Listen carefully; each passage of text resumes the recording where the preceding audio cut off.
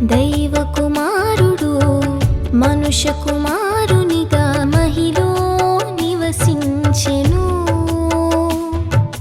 Alpha omega అయిన దేవుడు ఇమ్మానుయేలుగా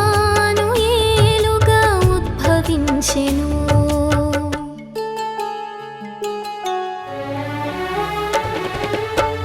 దైవ కుమారుడు మనుష్య కుమారునిగా మహిలో నివసించెను. అల్ఫా ఒమేగా అయిన దేవుడు ఇమ్మానుయేలుగా ఉద్భవించెను. ఆశ్చర్యకరుడు